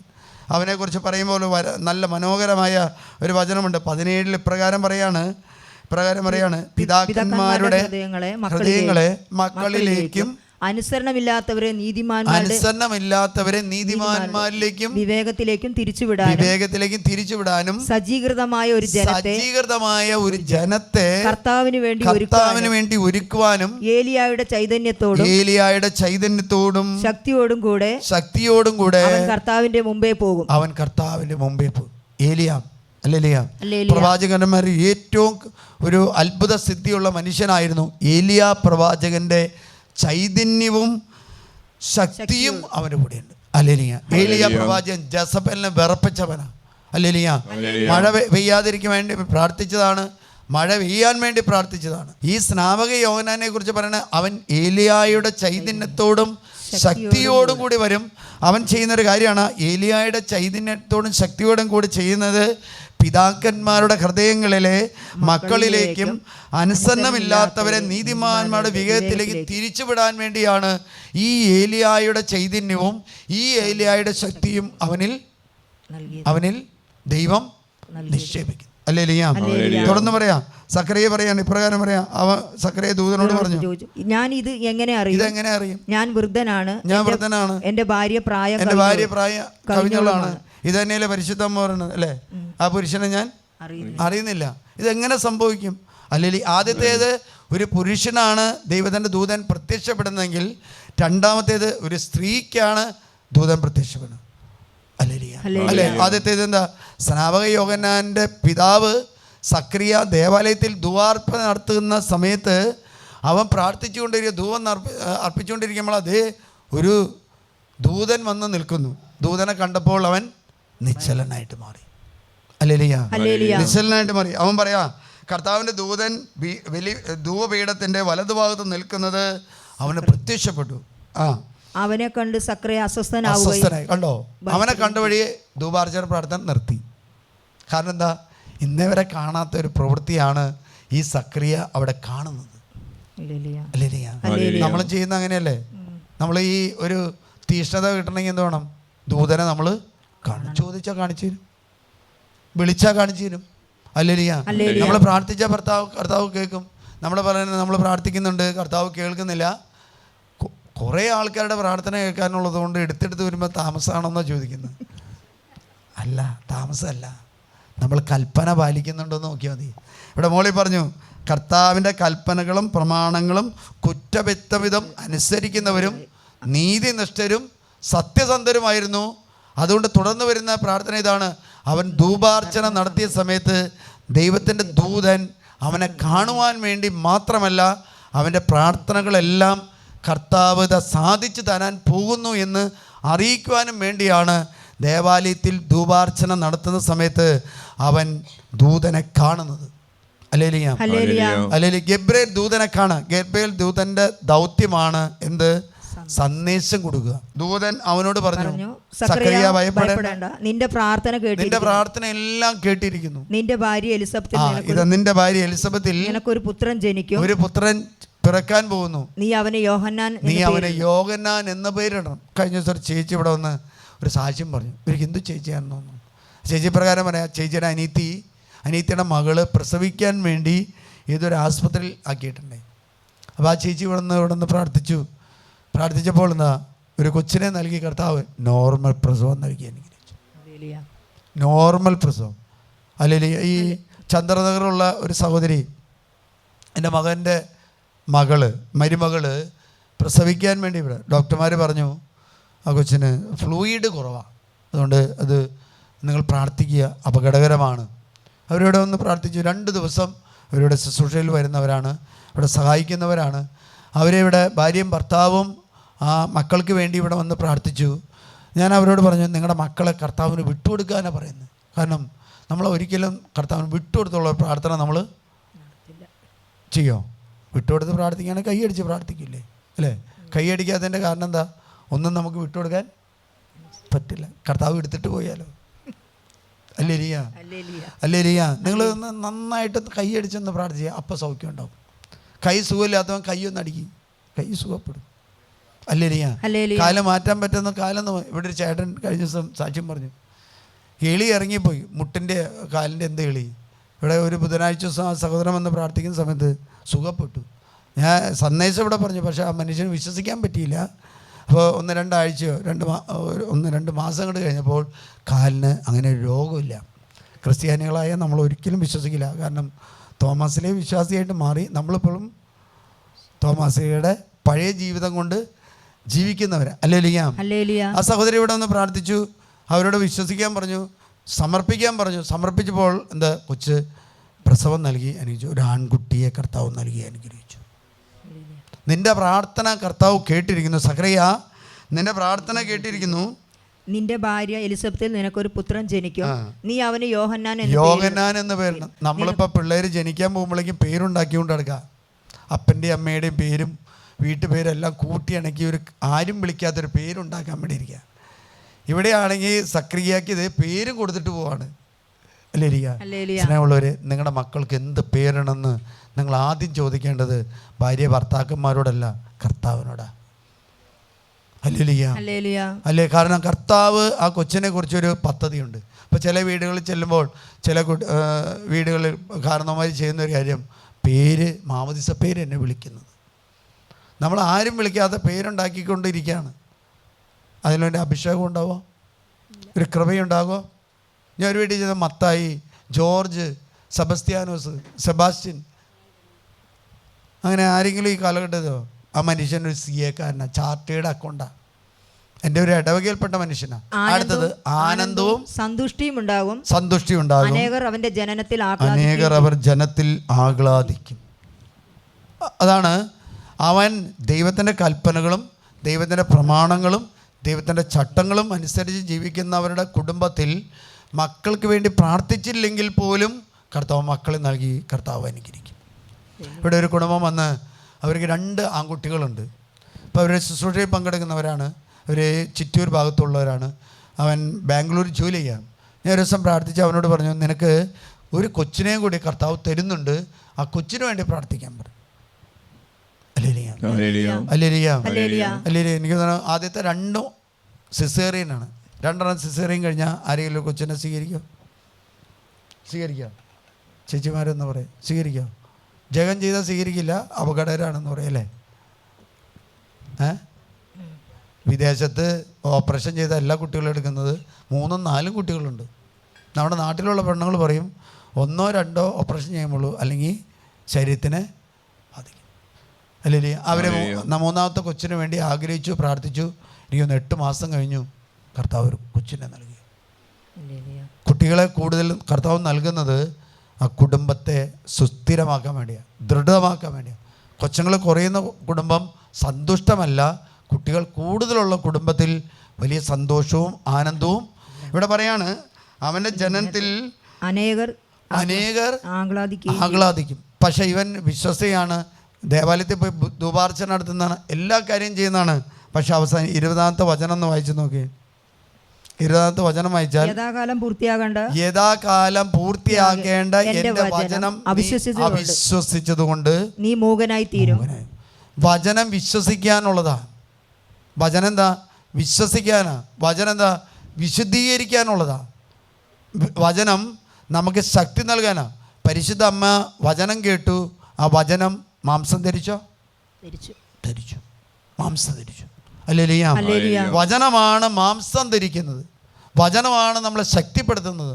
വചനമാണ് നമുക്ക് സൗഖ്യം നൽകുന്നത്. വചനമാണ് രൂപാന്തരപ്പെടുത്തുന്നത്. ഹല്ലേലൂയ. അതുകൊണ്ട് വചനമാണ് നമ്മളെ ശക്തിപ്പെടുന്നത്. അതുകൊണ്ട് യോഹന്നാന്റെ സുവിശേഷത്തിൽ പറയുന്നു, ഞാൻ നിങ്ങളോട് പറഞ്ഞ വചനം നിമിത്തം നിങ്ങൾ ശുദ്ധിയുള്ളവരാണ്. എത്ര കുടുംബത്തിൽ മാതാപിതാക്കന്മാർ കുട്ടികളോട് രാവിലെ എഴുന്നേറ്റ് നീ സ്കൂളിൽ പോകുന്നതിന് മുമ്പ് 1 അധ്യായമെങ്കിലും വായിക്കണമെന്ന് പറയാറ്? വീട്ടിലുണ്ടോ? ഇല്ലല്ലോ. നീ പഠിക്കുന്ന പാഠം പഠിച്ചിട്ട് സ്കൂളിൽ പോകാൻ പറയും അല്ലേ? ക്രിസ്ത്യാനിയുടെ വീട്ടിൽ കുട്ടികൾക്ക് കൊടുക്കുന്ന ഒരു ചിട്ടമാണ്. നീ ചെയ്യേണ്ടത് എന്താ? നീ പഠിക്കേണ്ട പാഠം പഠിച്ച് കൃത്യമായിട്ട് സ്കൂളിൽ പോവുക. ഞാൻ നിനക്ക് വേണ്ടി പള്ളിയിൽ പോയി കുർബാന വേണം അല്ലേ? ഞാൻ നിനക്ക് വേണ്ടി പ്രാർത്ഥിക്കാം, ഞാൻ നിനക്ക് വേണ്ടി എല്ലാം ചെയ്യാം. നീ എന്ത് ചെയ്യണം? നീ ജഗം ചെയ്താൽ പ്രാർത്ഥിക്കരുത്, വചനം വായിക്കരുത്, പഠന കാര്യങ്ങൾ നീ ശ്രദ്ധവാലായിരിക്കണം. അങ്ങനെ പിള്ളേർ നിങ്ങൾക്ക് സന്തോഷവും ആനന്ദവും ആകുമോ? ആകില്ല. കാരണം എന്താ? അവന് വചനം കിട്ടിയാലാണ് ദൈവത്തിൻ്റെ കൽപ്പന അവന് തിരിച്ചറിയാൻ പറ്റും. ഇത് ഞാൻ പറഞ്ഞതിൻ്റെ കാരണം, നിങ്ങൾ ദൈവകൽപ്പന പാലിക്കുന്നവരാണെങ്കിൽ, ദൈവ നിയമങ്ങൾ അനുസരിക്കുന്നവരാണെങ്കിൽ, ദൈവ ചിട്ടകൾ പാലിക്കുന്നവരാണെങ്കിൽ, നിങ്ങൾ പ്രാർത്ഥിച്ചിട്ട് ലഭിച്ചില്ലെങ്കിൽ അത് കർത്താവ് തരും. അത് ദൈവഹിതത്തിന് വിട്ടുകൊടുത്താൽ ആ സമയത്ത് ദൈവം ചെയ്യും. കാരണം എന്താ? ഇവൻ ഈ സക്കറിയ പ്രാർത്ഥിച്ച് ഇനി കിട്ടില്ല എന്ന് വിചാരിച്ചിരിക്കുമ്പോഴാണ് ദൈവം മക്കളെ നൽകിയത്. നമ്മൾ ഉദ്ദേശിക്കുന്ന സമയത്തല്ല മക്കളെ നൽകുന്നത്. ദൈവം നമുക്ക് നിശ്ചയിച്ച സമയത്താണ് ദൈവം നമുക്ക് മക്കളെ നൽകുന്നത്. അതുകൊണ്ട് ഈ അമ്മയുടെ ഉദരത്തിൽ വെച്ച് തന്നെയാണ് ഒരാൾ പരിശുദ്ധാത്മാവിനാൽ നിറയുന്നത്. അവൻ വലിയവനായിട്ട് മാറുകയും ചെയ്യും. വലിയവനായിട്ട് സ്നാപക യോഹന്നാൻ എന്താ ചെയ്യുന്നത്? യേശു ക്രിസ്തുവിന് വേണ്ടി വഴിയൊരുക്കുകയും ചെയ്യുന്നു. യേശു ക്രിസ്തുവിന് വേണ്ടി പ്രസംഗിക്കുകയാണ് ചെയ്യുന്നത്. ഹല്ലേലൂയ. ഗർജിക്കുന്ന ഒരു വ്യക്തിയായിരുന്നു സ്നാപക യോഹന്നാൻ. അണാലി സന്തതികളെ എന്ന് പറഞ്ഞ അല്ലേ? അണാലി സന്തതികളെ ആസന്നമായ ക്രോധത്തിൽ നിന്നും ഓടി അകലു. അല്ലെങ്കിൽ മാനസാന്തരപ്പെടാനാണ് പറയുന്നത്. മാനസാന്തരപ്പെടാൻ നമ്മുടെ ഓരോരുത്തരും ദൗത്യമാണ് ദൈവരാജ്യം പ്രസംഗിക്കുക എന്നുള്ളത്. ഇപ്പോൾ നമുക്കറിയാം അടുത്ത പകർച്ചവ്യാധി വന്നുകൊണ്ടിരിക്കുക. ഇപ്പോൾ സ്കൂളിൽ പോകുന്ന കുട്ടികളൊക്കെ മാസ്ക് ധരിച്ചുകൊണ്ടാണ് പോകണം. അല്ലെങ്കിൽ പഴയ കാലത്ത് ഈ കൃഷിക്ക് ഉഴുവാൻ കൊണ്ടുപോകുന്ന കാളയും ഇവിടെ മൂത്തൊരു സാധനം വയ്ക്കും, ഒരു തൊപ്പി അല്ലേ? എന്ത് ഓല? എന്തിനാണെന്നറിയാമോ? ഒന്നും കടിച്ചില്ലാതിരിക്കുന്നു. ഒഴുകുന്ന സമയത്ത് ഈ കാള കടിക്കാൻ, 2 കാളയെ അങ്ങോട്ടും ഇങ്ങോട്ടും കടിക്കാൻ പോയി എന്ന് കഴിഞ്ഞാൽ ഞവരിയുടെ കാര്യം കഷ്ടമാണ്. മനുഷ്യൻ ഇന്ന് അധംപതിച്ചതിൻ്റെ വ്യക്തതയാണ് അവൻ്റെ മുഖത്തുപ്പളും മാസ്ക്. ഇപ്രകാരം പറയുന്നത്, ദൈവത്തിൻ്റെ ഭരണം നടക്കുന്ന ഒരു സ്ഥലത്ത് പകർച്ചവ്യാധി ഒരിക്കലും. ഇപ്പം നമ്മൾ വചനം വായിച്ചു, വചനത്തിനെന്ന് പറഞ്ഞ് അവിടെ രോഗം നിർമ്മാർജ്ജനം ചെയ്യും. ദൈവത്തെ ആരാധിക്കാനല്ല നമുക്ക് താല്പര്യം, നമ്മുടെ കാര്യങ്ങളും നമ്മുടെ ഇഷ്ടങ്ങളും ചെയ്യാൻ വേണ്ടിയാണ്. പള്ളി കഴിഞ്ഞ ഇപ്പം അച്ഛന്മാർ പറയുന്ന പേരാ, ആളുകളൊക്കെ പ്രാർത്ഥിക്കുന്നുണ്ട്. എന്തിനാണെന്ന് വെച്ചാൽ കാര്യങ്ങൾ നടക്കാൻ വേണ്ടി. അതല്ലാതെ ഒരു അടിസ്ഥാനപരമായ ഒരു അടിത്തറയിട്ടുള്ളൊരു വിശ്വാസം ഇന്ന് ക്രൈസ്തവ ജീവിതത്തിലുണ്ടോ എന്ന് വെച്ചാൽ വളരെ വളരെ ചുരുക്കമുള്ളൂ. പള്ളി പോകുന്നവർ പോലും വളരെ കുറവാണ്. അതുകൊണ്ട് ആത്മാവിനെ കുറിച്ച് നമ്മൾ ചിന്തിക്കണം. ആത്മാവെന്ന് പറയുന്നത് ദൈവം നമുക്ക് നൽകിയ ഏറ്റവും വലിയ ശക്തി, ഒരു വ്യക്തിയാണ് ആത്മാവ്. അത് ശക്തിയാണ്. നമ്മൾ പറയുന്ന ഒരു കാര്യമുണ്ട്, ഏതോ ഒരു ശക്തി പുറത്തു വന്ന് എന്നെ ആക്രമിച്ചുകൊണ്ടിരിക്കുക. പുറത്താണോ വലിയ ശക്തി, അകത്താണോ വലിയ ശക്തി? അകത്താണോ? അകത്താണെങ്കിൽ പുറത്തുനിന്ന് വരുന്ന ശക്തിയെക്കുറിച്ച് പേടിക്കണം. എന്തിനാണ്? ഇപ്പോൾ പ്രധാനമന്ത്രി അല്ലെങ്കിൽ പ്രസിഡൻറ്റ് ഇന്ത്യയിലിരിക്കുമ്പോൾ ഇങ്ങനെ പേടിച്ചുകൊണ്ടിരിക്കുകയാണെങ്കിലോ? പേടിക്കേണ്ട ആവശ്യമില്ല. കാരണം പട്ടാളക്കാർ, നേവിക്കാർ, കടൽ മാർഗമുള്ള ഉദ്യോഗസ്ഥന്മാർ ഇന്ത്യയെ കാത്തുകൊണ്ടിരിക്കുക. പേടിക്കേണ്ടത് എന്താണെന്ന് വെച്ചാൽ എപ്പോഴ് ഇവരുടെ ശക്തി കുറയുന്നു അപ്പോൾ ശത്രുക്കൾ ഉള്ളിലേക്ക് കയറി വരും, അല്ലെങ്കിൽ ഉള്ളിലേക്ക് കയറി വരും. അതുകൊണ്ട് ഇപ്പോൾ യോഹന്നാൻ്റെ സുവിശേഷത്തിൽ 6-ാമത്തെ അധ്യായം 63-ാമത്തെ വാക്യത്തിൽ പറയാണ്, ആത്മാവാണ് ജീവൻ നൽകുന്നത്, ശരീരം ഒന്നിനും ഉപകരിക്കുന്നില്ല. ആത്മാവാണ് ജീവൻ നൽകുന്നത്, ശരീരം ഒന്നിനും ഉപകരിക്കില്ല. എന്നിട്ട് പറയാണ്, ഞാൻ പറഞ്ഞ വാക്കുകൾ ആത്മാവും ജീവനുമാണ്. ഞാനൊരു കാര്യം ചോദിക്കട്ടെ, നമ്മൾ എത്രമാത്രം ആത്മാവിന് വേണ്ടി വില കൊടുത്തിട്ടുണ്ട്? അല്ലേ? ശരീരത്തിന് വേണ്ടി വില കൊടുത്തിട്ടുണ്ടാകും. ശരീരം പുഷ്ടിപ്പെടുത്താൻ വേണ്ടി, ശരീരം വണ്ണം വയ്ക്കാൻ വേണ്ടി, ശരീരത്തിന് വസ്ത്രത്തിനും അല്ലെങ്കിൽ സ്വർണത്തിനും അല്ലെങ്കിൽ ചെരുപ്പിനും. ഞാനൊരു ചെരുപ്പടയിൽ ചെന്നപ്പോൾ ഉടുപ്പൊക്കെ ഇട്ട് ചെന്ന് കണ്ടപ്പോൾ ആ മനുഷ്യൻ എഴുന്നേറ്റ് വന്നു. എന്നെ അറിയുന്നൊരു കടയിൽ ആ മനുഷ്യൻ പറഞ്ഞത് 4000 രൂപയുടെ ഒരു ചെരുപ്പുണ്ട് ഫാദർ. ഞാൻ 4000 രൂപയുടെ ചെരുപ്പ് ഒരു അച്ഛനുണ്ട്. അപ്പോൾ പറയും, ഇത് 4000 അല്ല ഫാദർ, 10,000-ൻ്റെ ഉണ്ട് വേണമെങ്കിൽ. കാരണം എന്തെന്ന്, ഏറ്റവും കൂടുതൽ ചെലവഴിക്കുന്നത് എന്തിനു വേണ്ടിയാണെന്നാൽ ശരീരത്തിന് വേണ്ടിയാണ്. ലക്ഷങ്ങൾ വിലയുള്ള വാച്ചുകളുണ്ട്, അല്ലേ? ഡയമണ്ട് ഉണ്ട്. അപ്പോൾ ഇവിടെ പറയാണ്, ഈശോ പറയും, ഞാൻ പറഞ്ഞ വാക്കുകൾ ആത്മാവും ജീവനുമാണ്, എന്നാൽ വിശ്വസിക്കാത്തവരായി നിങ്ങളിൽ ചിലരുണ്ട്. നിങ്ങൾ നിങ്ങളുടെ കുട്ടികൾക്ക് വാങ്ങിക്കൊടുക്കുന്നത് ആത്മാവിനെയാണോ, നിങ്ങളുടെ കുട്ടികൾക്ക് ശരീരത്തിന് വേണ്ടിയാണോ വാങ്ങിക്കൊടുക്കുന്നത്? അല്ലേ? ശരീരത്തിന് വേണ്ടി വാങ്ങിക്കൊടുക്കുന്നത്. അതുകൊണ്ടാണ് ഈശോ പറയാണ്, ഞാൻ ആത്മാവും ജീവനുമാണ്. ശരീരം ഒന്നിനും ഉപകരിക്കില്ല.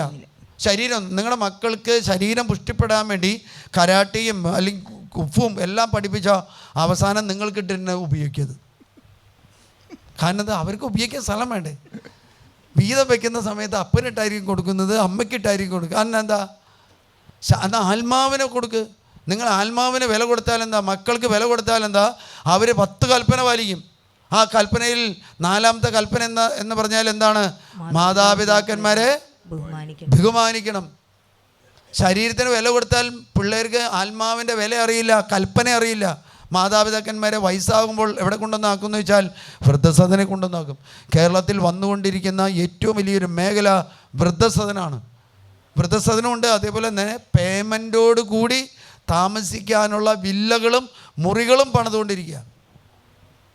കാരണം എന്താ, കഴിഞ്ഞ നാളുകളിൽ നമ്മുടെ കുട്ടികൾക്ക് ആത്മാവിൻ്റെ വിലയെക്കുറിച്ച്, ദൈവത്തിൻ്റെ കൽപ്പനകളെക്കുറിച്ച്, ദൈവത്തിൻ്റെ പ്രമാണങ്ങളെക്കുറിച്ച് വേണ്ട വിധത്തിൽ നമ്മൾ പഠിപ്പിച്ചില്ല. യോഹന്നാൻ്റെ സുവിശേഷത്തിൽ 4-ാമത്തെ അധ്യായത്തിൽ 24-ാമത്തെ തിരുവചനത്തിൽ പറയാണ്, ദൈവം ആത്മാവാണ്. അതുകൊണ്ടാണ് യേശു ആത്മാവിൻ്റെ വിലയെക്കുറിച്ച് പറഞ്ഞത്. ശരീരത്തിനല്ല വില, ആത്മാവിനാ വില എന്ന് പറഞ്ഞത്. ഇത് മാർക്കറ്റിൽ വാങ്ങാൻ കിട്ടുന്നതല്ല, ഇത് കടയിൽ വാങ്ങാൻ കിട്ടുന്നതല്ല, വിദേശ രാജ്യങ്ങളിൽ നിന്ന് ഇറക്കുമതി ചെയ്യാൻ പറ്റുന്നതല്ല, വിദേശ രാജ്യത്തേക്ക് ഇമ്പോർട്ട് ചെയ്യാൻ പറ്റുന്നതല്ല. ഇത് നിങ്ങളുടെ ശരീരത്തിൽ തന്നെയുണ്ട്. സ്നാപക യോഹന്നാൻ്റെ അപ്പനായ സക്രിയ നീണ്ട നാളുകൾ പ്രാർത്ഥിച്ചു, അവസാന കാലത്ത് കുട്ടികൾ ഉണ്ടാകില്ല എന്ന് ജനം പറയുന്ന സമയത്ത് അല്ലെങ്കിൽ ജനം അവഹേളിക്കുന്ന സമയത്ത് മകനെ നൽകി കർത്താവ് അനുഗ്രഹിച്ചു. കാരണം അവൻ കുറ്റമറ്റവനായിരുന്നു, ദൈവത്തിൻ്റെ കൽപ്പനകൾ പാലിക്കുന്നവനായിരുന്നു. അതുകൊണ്ട് പറയാണ്, ഈശോ പറയാണ്, ദൈവം ആത്മാവാണ്. ആ ആത്മാവിനെ കുറിച്ചാണ് പറയുന്നത്. യോഹന്നാൻ്റെ സുവിശേഷവും യോഹന്നാൻ്റെ ലേഖനങ്ങളും ഏറ്റവും കൂടുതൽ പറയുന്ന കാര്യം എന്താ വെച്ചാൽ ദൈവസ്നേഹത്തെക്കുറിച്ചും ആത്മാവിനെക്കുറിച്ചാണ്. ഹല്ലേലൂയ. വീണ്ടും പറയും കൊരിന്തോസ്യരുടെ ലേഖനത്തിൽ 3:17 പറയാണ്, കർത്താവ് ആത്മാവാണ്, കർത്താവിൻ്റെ ആത്മാവ് ഉള്ളവിടത്ത് സ്വാതന്ത്ര്യമുണ്ട്. നിങ്ങളുടെ മക്കൾക്ക് ആത്മാവിനെ പറഞ്ഞു കൊടുത്താൽ ആ കുടുംബത്തിൽ ആത്മാവിൻ്റെ സ്വാതന്ത്ര്യം ഉണ്ടാവും. നിങ്ങൾ മക്കൾക്ക് ശരീരത്തെ പുഷ്ടിപ്പെടുത്താൻ കൊടുത്തു കഴിഞ്ഞാൽ അവിടെ സ്വാതന്ത്ര്യം ഉണ്ടാകില്ല.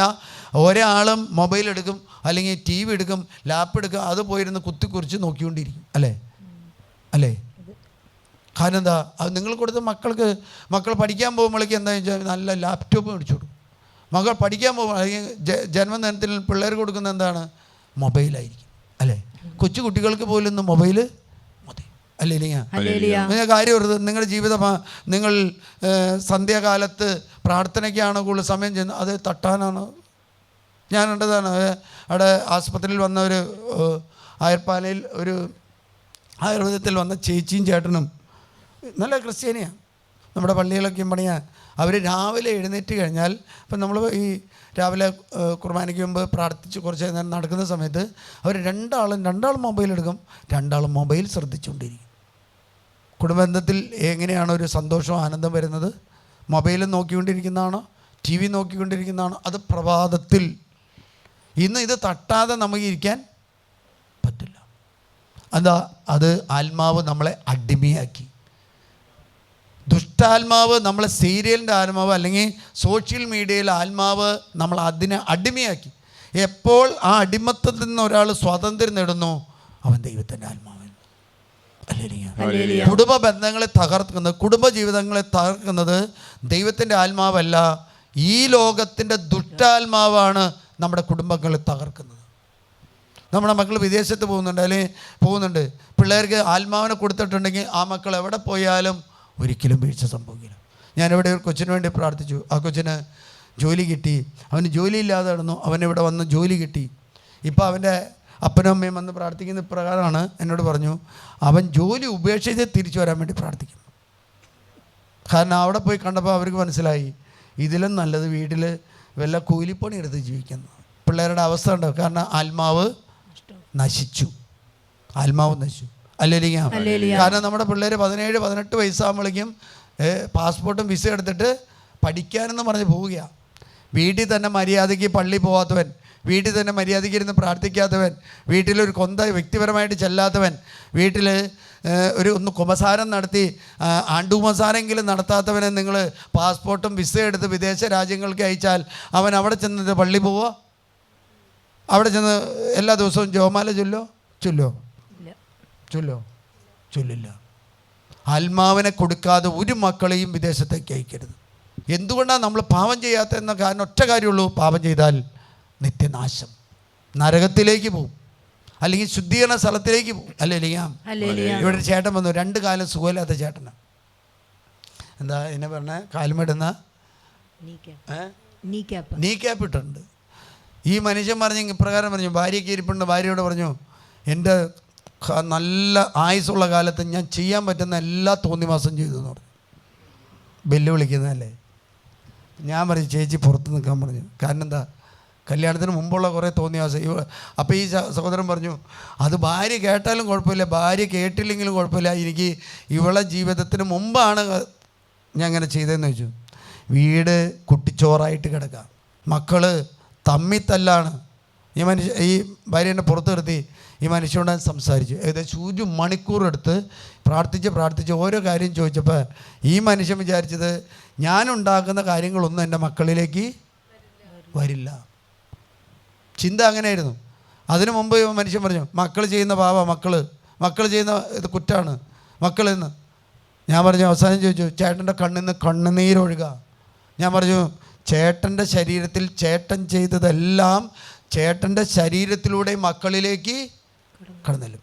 നമ്മൾ സ്വത്തുക്കൾക്ക് വേണ്ടി വീട് അപ്പനും അമ്മയും മരിക്കുന്ന സമയത്ത് തല്ലിടാറുണ്ട്. സ്വത്തെന്ന് പറയുന്നത് എന്താ?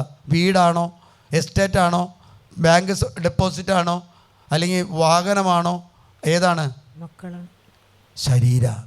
നമ്മുടെ ശരീരമാണ് അപ്പൻ്റെ സ്വത്ത്, അല്ലേ? ആണോ? ശരീരമാണ്. നമ്മുടെ അപ്പൻ കൃത്യമായിട്ട് കൽപ്പനകൾ പാലിച്ച് കൃത്യമായിട്ട് പോകുന്നൊരു വ്യക്തിയാണെങ്കിൽ കുടുംബത്തിൽ ഒരിക്കലും തലമുറകളായിട്ട് ഭിന്നിച്ചു പോവില്ല.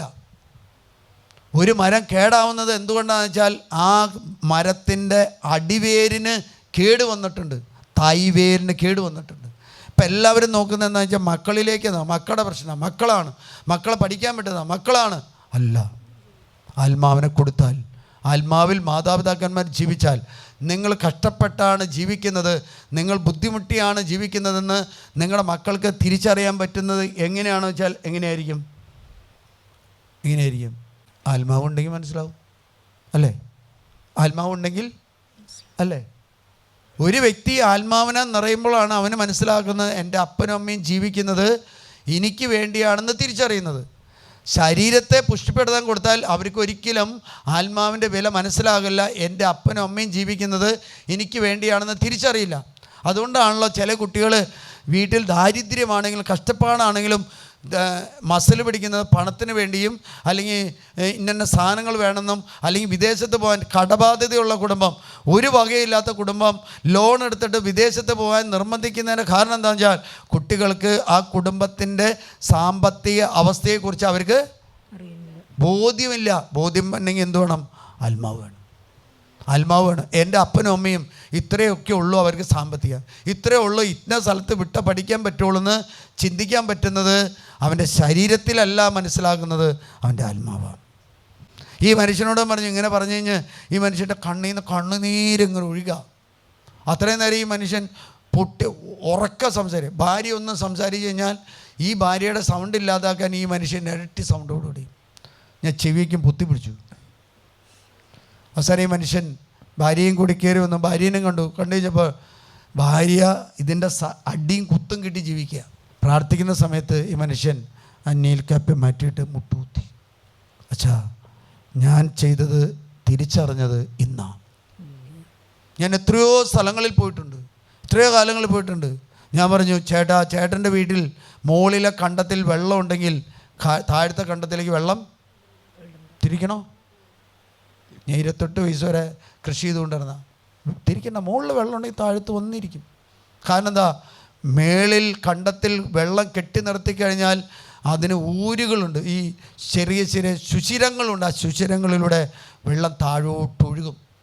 മോളിൽ കൃപയുണ്ടെങ്കിൽ, മോളിൽ അഭിഷേകമുണ്ടെങ്കിൽ, മോളിൽ ദൈവത്തിൻ്റെ ചൈതന്യമുണ്ടെങ്കിൽ, മോളിൽ ദൈവവചനം കാത്തു സൂക്ഷിക്കുന്നുണ്ടെങ്കിൽ, ദൈവവചനം പഠിച്ചിട്ടുണ്ടെങ്കിൽ, ദൈവവചനത്താൽ മാതാപിതാക്കന്മാരുടെ ശരീരം വിശദീകരിച്ചിട്ടുണ്ടെങ്കിൽ ആ ശരീരത്തിലൂടെ ആ കൃപ മക്കളിലേക്ക് ഒഴുകും.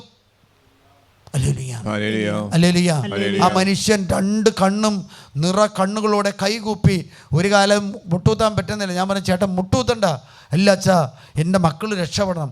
മക്കൾ മാത്രമല്ല, മക്കളുടെ മക്കളും രക്ഷപ്പെടണം അച്ഛാ. ആ മനുഷ്യൻ ഒരു ദിവസമല്ല പിന്നെയും വന്നിരിക്കുക, അച്ഛാ എൻ്റെ കുടുംബത്തെ രക്ഷപ്പെടുത്തണം. ഹല്ലേലൂയ. ഞാൻ പറഞ്ഞു, ഞാനല്ല ചെയ്യുന്നത്, ചേട്ടൻ പ്രാർത്ഥിക്ക്. ആ മനുഷ്യൻ പറയാണ്, ഞാൻ 48 വർഷമായിട്ട് 58 വർഷമായിട്ട് പുകവലിക്കുന്ന മനുഷ്യനാണ്. 58 വർഷമായിട്ട് പുകവലിക്കുന്ന മനുഷ്യൻ പറയാ, ഞാൻ കഴിഞ്ഞ ആഴ്ചയിൽ വന്നു പോയതിനു ശേഷം ഈ 8 ദിവസം ഞാൻ വലിച്ചിട്ടില്ല അച്ഛാ. കാരണം അച്ഛൻ എന്നോട് പറഞ്ഞു, ചേട്ടൻ ചെയ്യുന്നതെല്ലാം മക്കളിലേക്ക് മാറുമെന്ന് വചനത്തിൻ്റെ അടിസ്ഥാനത്തിൽ ഓരോ കാര്യങ്ങളും വെളിപ്പെടുത്തിയപ്പോൾ, ഞാൻ പുകവലിക്കുന്ന വ്യക്തിയാണെങ്കിൽ എൻ്റെ മക്കളും പുകവലിക്കും. ഞാൻ മദ്യപാനം നടത്തുന്ന വ്യക്തിയാണെങ്കിൽ എൻ്റെ മക്കളും മദ്യപാനം നടത്തും. നിങ്ങൾ നോക്കിക്കോ, നിങ്ങളുടെ കാരണവന്മാർ ഒരു 50, 60, 65 വയസ്സ് വരെ നല്ല മദ്യപാനം നടത്തിയിട്ടുണ്ടെങ്കിൽ അപ്പൻ കുടിക്കാൻ പറ്റാതെ, ഷാപ്പിൽ പോകാൻ പറ്റാതെ, മദ്യം കഴിക്കാതെ വേച്ചിരിക്കുന്ന സമയത്ത് മക്കളെന്ത് തുടങ്ങിയിരിക്കും? മദ്യപാനം തുടങ്ങിയിരിക്കും. ഇത് പാരമ്പര്യമാണ്. അല്ലെങ്കിൽ ചിലവർ പറയണ്ട, ഒന്ന് ഉറക്കം കിട്ടാൻ വേണ്ടി അല്പം കഴിക്കുന്നതെന്ന്. നമുക്ക് ഒരു ഉറക്കത്തിനും കുറവില്ല. ഉറക്കത്തിന് കുറവുണ്ടെങ്കിൽ നമുക്ക് എവിടെയോ കുഴപ്പമുണ്ട്. ഒരു 4-5 മണിക്കൂർ മാത്രമേ ഈ ശുശ്രൂഷയിൽ പങ്കെടുത്തുള്ളൂ. ആ മനുഷ്യൻ 58 വർഷമായിട്ട് എൻ്റെ പുകവലി ഒരാഴ്ച ഞാൻ ചെയ്തില്ല അച്ഛാ. ഇനി അച്ഛൻ പ്രാർത്ഥിക്കേണ്ടത് ഇത് എൻ്റെ ജീവിത അവസാനം വരെ പുക വലിക്കാതെ ജീവിക്കാൻ വേണ്ടി അച്ഛൻ പ്രാർത്ഥിക്കും. അല്ലേ? ഞാൻ പറഞ്ഞതിൻ്റെ കാരണം ഇത് കൊടുക്കേണ്ട ആത്മാവ് നിർവീര്യമാകും, ആത്മാവ് നശിച്ചു പോകും. നമ്മൾ ചെയ്യുന്ന ഓരോ ഏത് പ്രവൃത്തിയാണോ ആ ദുരാത്മാവ് നമ്മളെ കീഴ്പ്പെടുത്തും. അല്ലേ?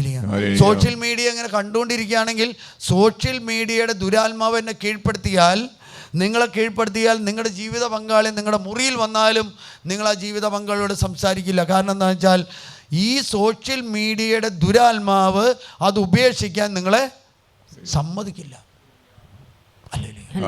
ഇനി ജീവിത പങ്കാളി പുരുഷൻ ഏതെങ്കിലും TV കണ്ടുകൊണ്ടിരിക്കുന്ന ചേട്ടാ ഞാൻ ഉറങ്ങാണെന്ന് പറയും, പോയി ഉറങ്ങിക്കോളാൻ പറയും.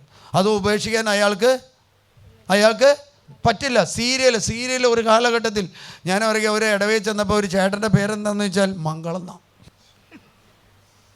ഞാൻ വിചാരിച്ചു മംഗളം പത്ര ഓഫീസിലെന്തോ ഷെയർ ഉണ്ടെന്ന് വിചാരിച്ച്. അപ്പോൾ ഇവർ പറയാണ് എപ്പോഴും കക്ഷത്തിൽ മംഗളം ഉണ്ടായിരിക്കും. ഒരു കാലഘട്ടത്തിൽ നമുക്ക് ചൊവ്വാഴ്ചയും വെള്ളിയാഴ്ചയാണ് മംഗളവും മനോരമയും.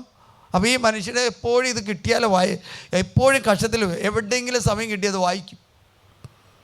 അത് ഇപ്പോഴും ഉണ്ടോയെന്നറിയില്ല, പക്ഷേ എപ്പോഴും പുള്ളിക്കിട്ടൊരു പേര് അല്ലേ. അതുകൊണ്ടാണ് ജോൺ പോൾ രണ്ടാമൻ മാർപ്പാപ്പ പറഞ്ഞത് നമ്മുടെ വീട്ടിൽ ഈ വരുന്നൊരു പിശാച് ആരാണെന്ന് വെച്ചാൽ ടി വിയാണ്. നല്ലതിന് വേണ്ടി തരുന്നത് നിങ്ങളുടെ വീട്ടിൽ ഒരു മൊബൈൽ കേടായി, മൊബൈൽ നന്നാക്കാൻ നിങ്ങൾ കടയിലൊന്നും കൊണ്ടുപോകണ്ട, കൊച്ചുകുട്ടിയുടെ കൊടുത്താൽ മതി. അല്ലേ? കൊച്ചുകുട്ടിയുടെ കൊടുത്താൽ മതി. അല്ലെങ്കിൽ അവൻ നന്നാക്കി തരും. പക്ഷെ അവൻ തരില്ലെന്ന് മാത്രമേ ഉള്ളൂ. സ്നേഹമുള്ളവർ, ആത്മാവിനെ നിർവീര്യമാക്കരുത്, ആത്മാവിനെ നശിപ്പിക്കരുത്, ശരീരത്തെ. അതുകൊണ്ട് ഈശോ പറയുന്ന പ്രകാരമാണ് 1 യോഹന്നാൻ്റെ സുവിശേഷത്തിൽ 5:6 ആത്മാവ് സത്യമാണ്. നമ്മുടെ ഉള്ളിലുള്ള ആത്മാവ് വലിയ ശക്തിയുള്ളതാണ്. അതുകൊണ്ട് പറയുന്നുണ്ട് ഭീരുത്വത്തിൻ്റെ ആത്മാവിനെ അല്ല, ശക്തിയുടെയും ആത്മനിയന്ത്രണത്തിൻ്റെയും ആത്മാവിനെയാണ് ദൈവം നമുക്ക് തന്നിരിക്കുന്നത്. ഈ ലോകത്തിലെ സുഖങ്ങൾക്ക് വേണ്ടി ഓടാനുള്ളതല്ല. അല്ലേലിയ. പല വിധത്തിലുള്ള ആരാധന നടത്തുന്നവരുണ്ട്. കുട്ടിച്ചാത്തനെ ആരാധിക്കുന്നവരുണ്ട്, വാമനന്മാരെ ആരാധിക്കുന്നവരുണ്ട്, കടമത്ത് സേന നടത്തുന്നവരുണ്ട്. ഇവിടെ വന്ന കുടുംബം പ്രകാരം അവർ ക്രിസ്ത്യാനിയാണ്, പക്ഷേ അവിടെ വീട്ടിൽ മരിച്ചു കഴിഞ്ഞാൽ അവർ ചെയ്യുന്നത് അവർ ജൂതന്മാരുടെ പ്രാർത്ഥനയും ആകെ കോളായി വിട്ട്. അച്ഛൻ പള്ളിയിൽ നിന്ന് വന്ന് സിംതേരിയിലേക്ക് ശവം ബോഡി എടുക്കുന്നതിന് മുമ്പ് ഇവിടുത്തെ ചേട്ടൻ പോയിട്ട് ചെയ്യും. അപ്പോൾ എനിക്ക് പേര് കിട്ടിയില്ല. ഞാൻ പുത്തുകരച്ചനോട് പറഞ്ഞപ്പോൾ അങ്ങനെ ഒരു പ്രാർത്ഥനയുണ്ട്, ജൂതന്മാർ ശവം അടക്കുന്ന പ്രാർത്ഥന. അപ്പോൾ പിന്നെ പള്ളിയിൽ അച്ഛനെ വിളിക്കുന്നത് അവന് പഴയ കാലത്തിൽ ചിലപ്പോൾ അവർ ജൂത സമാജത്തിൽ നിന്ന് വന്നായിരിക്കും. അത് ഉപേക്ഷിക്കാൻ നമ്മൾ ഉപേക്ഷിച്ചിരിക്കണം. അല്ലേ? ചില ഒരു കുട്ടിച്ചാത്തനെ ഞാൻ ഇവിടെ ആൾക്കാർ ചോദിക്കുമ്പോൾ പറയണേ അവർ എടുത്തു വന്നത് വീട്ടിൽ കണ്ടു വെച്ചാൽ അപ്പന് കുട്ടിച്ചാത്തൻ പരിപാടിയുണ്ട്. ഒരു വർഷം 50,000 രൂപ കൊടുക്കണം ഇത് പുതുക്കണമെങ്കിൽ. അപ്പോൾ വീട്ടിൽ ഈ ലെറ്റർ വരുമ്പോൾ അറിയുന്നത് ഈ പരിപാടി. അപ്പോൾ വീട്ടുകാരെന്ത് ചെയ്യണം? പരിഹാരം ചെയ്ത് പ്രാർത്ഥിക്കണം. പരിഹാരം ചെയ്ത് എറണാകുളം ഭാഗത്തുനിന്ന് ഒരു കുടുംബം ഇവിടെ വന്നു. അവർ 4 ഈ വലിയ വണ്ടി ഉണ്ടല്ലോ, 24 ചക്രത്തിൻ്റെ അല്ലേ, ടോർസോ. അത് 3-4 ഉണ്ടായി. ആ വണ്ടി ബിസിനസ് വിജയിക്കാൻ വേണ്ടി പോയിട്ട് ഒരു കുട്ടിച്ചാത്തനം മേടിച്ചുണ്ടോ 50,000 വെച്ച് കൊടുക്കുമായിരുന്നു. കൊണ്ടുനിന്ന് എന്തെന്ന് വെച്ചാൽ ഈ ബാംഗ്ലൂരുള്ള ആരോ വന്നിട്ട് ഈ വണ്ടി വാടകയ്ക്ക് എടുത്തുന്നപ്പോൾ വാടകയില്ല, വണ്ടിയില്ല. ഇനി അങ്ങോട്ട് ചെന്ന് കഴിഞ്ഞാൽ കൊന്നും കളയും. അപ്പോൾ അവരിവിടെ വന്നിരിക്കുക, അച്ഛൻ എങ്ങനെയെങ്കിലും പ്രാർത്ഥിച്ച് ആ വണ്ടി ഒന്ന് കണ്ടെത്തണം. അപ്പോൾ ചേച്ചി പറഞ്ഞു, ചേട്ടൻ്റെ കയ്യിൽ ചില പണികളുണ്ടെന്ന് പറഞ്ഞു. ഞാൻ ചോദിച്ചു എന്ത് പണിയാണെന്ന് ചോദിച്ചു. അതേ ബിസിനസ് കിട്ടാൻ വേണ്ടി ഞാൻ ഒരു കുട്ടിച്ചാത്തൻ എടുത്തു വെച്ചാൽ എത്ര കൊടുത്തു? 50,000 രൂപ കൊടുത്തു. ഞാൻ പറഞ്ഞു ചേട്ടൻ്റെ പള്ളി പോയി പ്രാർത്ഥിക്കാൻ 10 പൈസ കൊടുക്കണോ? സ്തോത്ര കാഴ്ച ഇഷ്ടമുണ്ടെങ്കിൽ കൊടുത്താൽ മതി, അല്ലേ? പിരിവ് ഇഷ്ടമുണ്ടെങ്കിൽ കൊടുത്താൽ മതി. വല്ല കല്യാണത്തിനോ വല്ല മാമദീസൊക്കെ ചെല്ലുമ്പോൾ അച്ഛന്മാർ പിടിക്കുന്നു മാത്രമേ ഉള്ളൂ, അല്ലേ? പള്ളിയിൽ കാശ് വേണ്ടാത്തത് കൊണ്ട് പള്ളി നമുക്കൊരു ആവശ്യ സ്ഥലമായിട്ട് ഇന്നവരെ മനുഷ്യന് തോന്നിയിട്ടില്ല. അതുകൊണ്ട് ഈശോ ചെയ്ത ഏറ്റവും വലിയ കാര്യം എന്ന് പറഞ്ഞാൽ അവൻ പരിശുദ്ധ കുർബാന സ്ഥാപിച്ചു.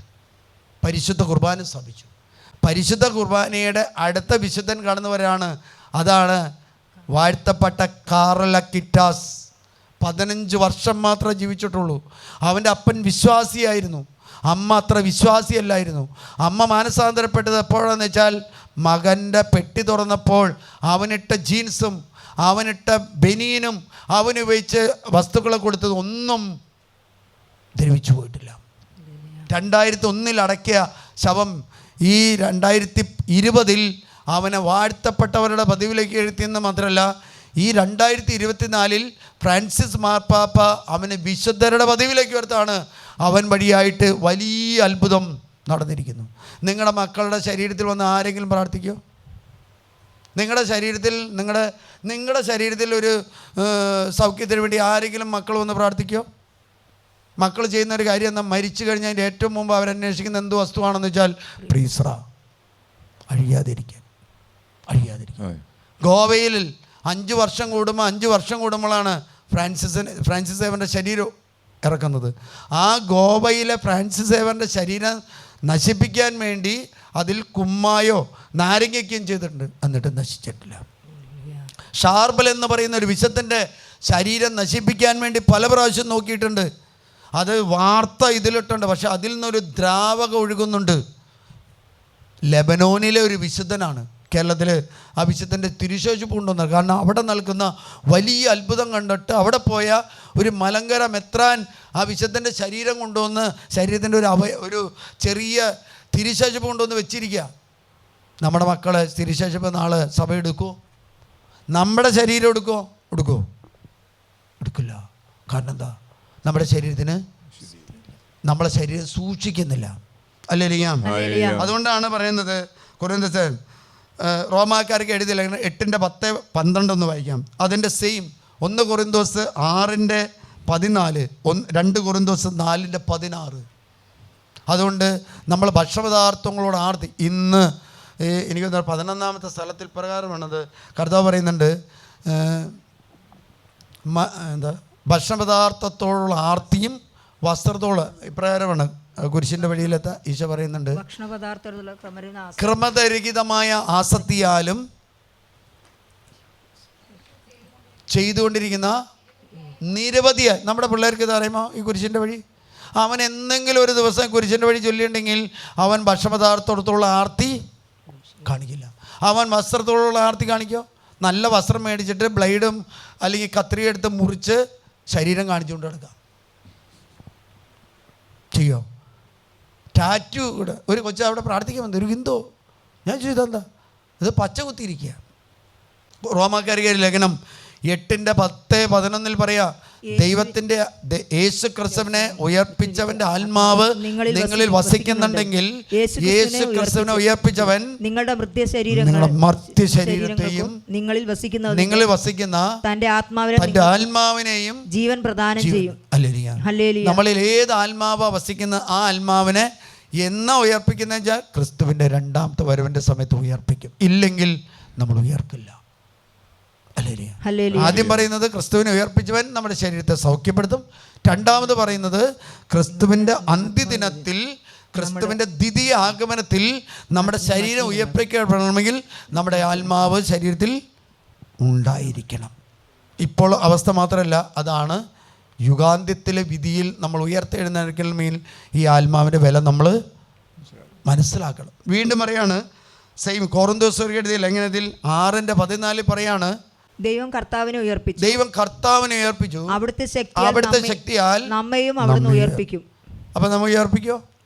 കർത്താവിനെ ഉയർപ്പിച്ചെങ്കിൽ അതേ ശക്തിയാൽ നമ്മെ ഉയർപ്പിക്കും. അതിനു വേണ്ടിയാണ് ഈ ആത്മാവിനെ നമ്മളിൽ നിക്ഷേപിച്ചിരിക്കുന്നത്. നിങ്ങളുടെ ശരീരങ്ങൾ ക്രിസ്തുവിന്റെ അവയവങ്ങളാണെന്ന് നിങ്ങൾ അറിയുന്നില്ലേ? ക്രിസ്തുവിന്റെ അവയവങ്ങൾ എനിക്ക് വേശ്യയുടെ അവയവങ്ങളാക്കാമെന്നോ? ഒരിക്കലുമില്ല. വേശ്യയുമായി വീഴ്ച നടത്തുന്നവൻ അവളോട് 2 കൊരിന്തോസ് 4:16. അതുകൊണ്ട് ഭക്ഷണപദാർത്ഥങ്ങളോട് ആർത്തി ഉണ്ടാകരുത്. എനിക്ക് ചില വർഷങ്ങൾ ഇറ്റാലി പോയി കഴിഞ്ഞപ്പോൾ ഞാനത് നിർത്തി. കാരണം എന്താ? അല്ലെങ്കിൽ എൻ്റെ ആത്മാവ് നഷ്ടപ്പെടും. അല്ലെങ്കിൽ ഈ കാലഘട്ടത്തിൽ രോഗങ്ങൾ പടരുന്നത് ശാസ്ത്രജ്ഞനോ അല്ലെങ്കിൽ ഡോക്ടർമാർക്കോ കണ്ടുപിടിക്കാൻ പറ്റാത്ത വിധത്തിലായിട്ടുണ്ടെങ്കിൽ യേശു ക്രിസ്തു പഠിപ്പിച്ച ഏക സത്യ ദൈവത്തെക്കുറിച്ചാണ്.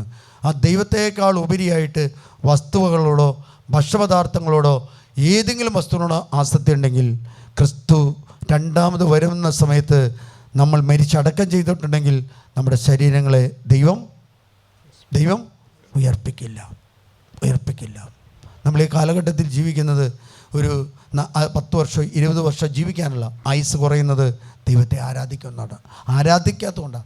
ആയുസ് കുറയുന്നത് നമുക്ക് വിശ്വാസത്തേക്കാളും ആഡംബരത്തിലേക്ക് പോകാം, വിശ്വാസത്തേക്കാളും ഭക്ഷപദാർത്ഥങ്ങളിലേക്ക് പോകാം, സുഖ സൗകര്യങ്ങളിലേക്ക് പോകാം. നമ്മുടെ കുട്ടികൾ എന്തുകൊണ്ട് വിദേശത്ത് പോകുന്നതെന്ന് വെച്ചാൽ മാതാപിതാക്കന്മാരുടെ കസ്റ്റഡിയിൽ നിന്നും രക്ഷപ്പെടാൻ വേണ്ടി പോകുന്നു. ഈ 5 കൊല്ലം കൊണ്ട് 2.5 ലക്ഷം പിള്ളേരാണ് പോയിരിക്കുന്നത്. ആ പോയിരിക്കുന്ന പിള്ളേരിൽ ഏറ്റവും കൂടുതൽ മധ്യഭാഗത്താണ്, ഈ എറണാകുളം പാലക്കാടിൻ്റെ മധ്യഭാഗത്തു നിന്നാണ് പോയിരിക്കുന്നത്. അല്ലേ? എഴുന്നേറ്റ് കണ്ണുകളടയ്ക്കുക, എല്ലാവരും കണ്ണുകളടയ്ക്കുക. ആത്മാവിൻ്റെ വില എന്താണെന്ന് മനുഷ്യനറിയില്ല. ആത്മാവിൻ്റെ വില അറിയാവുന്നത് വിശുദ്ധന്മാർക്ക് മാത്രമേ ഉള്ളൂ. ആത്മാവിൻ്റെ വില എന്താണെന്ന് നമുക്കറിയില്ല. ആത്മാവിൻ്റെ വില എന്താണെന്ന് രക്തസാക്ഷികൾ മാത്രമേ അറിയുള്ളൂ. ആത്മാവിൻ്റെ വില വാഴ്ത്തപ്പെട്ടവർക്ക് മാത്രമേ അറിയുള്ളൂ. ആത്മാവിൻ്റെ വില മാലാക വൃന്ദത്തിന് അറിയുള്ളൂ. കണ്ണുകളടച്ച് കരങ്ങളൊന്ന് ഉയർത്തി ഒന്ന് വിളിക്കട്ടെ. കണ്ണുകളടച്ച് മനസ്സുകൾ തുറന്ന് ഒന്ന് വിളിക്കട്ടെ. Hallelujah, hallelujah, hallelujah. ഈശോ പറഞ്ഞു, ഞാൻ പറഞ്ഞ വാക്കുകൾ ആത്മാവും ജീവനുമാണ്. ഇത് പിതാവായ ദൈവത്തിന്റെ ആത്മാവാണ്. വീരത്വത്തിന്റെ ആത്മാവിനെയല്ല, ശക്തിയുടെയും ആത്മനീന്തത്തിന്റെ ആത്മാവിനെയാണ് നിങ്ങൾ സ്വീകരിച്ചിരിക്കുന്നത്. Hallelujah, hallelujah. നിങ്ങളുടെ ഉള്ളിലുള്ളവൻ ലോകത്തിലുള്ളവനേക്കാളും ഒരു പുറമേ നിന്ന് ഒരു തിന്മയുടെ ശക്തിക്ക് ഒരിക്കലും ഒരു മനുഷ്യനെ ആക്രമിക്കാൻ പറ്റില്ല. ഒരു ക്രൈസ്തവ ജീവിതത്തെ ആക്രമിക്കാൻ പറ്റില്ല. ഒരു വ്യക്തി തന്റെ ശരീരത്തെ മലിനപ്പെടുത്താതെ, ഒരു വ്യക്തി തന്റെ ശരീരത്തെ മോശപ്പെടുത്താതെ, നശിപ്പിക്കാതെ ഒരു തിന്മയ്ക്കും അവന്റെ കുടുംബത്തിൽ കയറി ഭരിക്കാൻ പറ്റില്ല. കണ്ണുകളടച്ച് കരങ്ങളൊന്ന് ഉയർത്തി ഒന്ന് വിളിക്കട്ടെ. എന്റെ ദൈവമേ, എന്റെ ദൈവമേ, എന്റെ ശരീരത്തെ ഒന്ന് വിശദീകരിക്കണമേ. എന്റെ ദൈവമേ, എന്റെ മക്കളുടെ ശരീരത്തെ ഒന്ന് വിശദീകരിക്കണമേ. എന്റെ ദൈവമേ, എന്റെ കുടുംബാംഗങ്ങളുടെ, എന്റെ ഭർത്താവിന്റെ, എന്റെ ഭാര്യയുടെ ശരീരത്തെ ഒന്ന് വിശദീകരിക്കണമേ കർത്താവേ. രോഗങ്ങൾ പടരുന്നു, സാമ്പത്തിക കടബാധ്യത കടന്നു വരുന്നു, തിന്മകൾ കടന്നു, അപകടങ്ങൾ സംഭവിക്കുന്നു, ഒന്നൊന്നായിട്ട് ഇല്ലാതാകുന്നു. ദൈവമേ, എന്റെ ആത്മാവിന്റെ വില ഒന്ന് തിരിച്ചറിയാനുള്ള ഒരു കൃപ എനിക്ക് നൽകണമേ. ഹല്ലേലൂയ.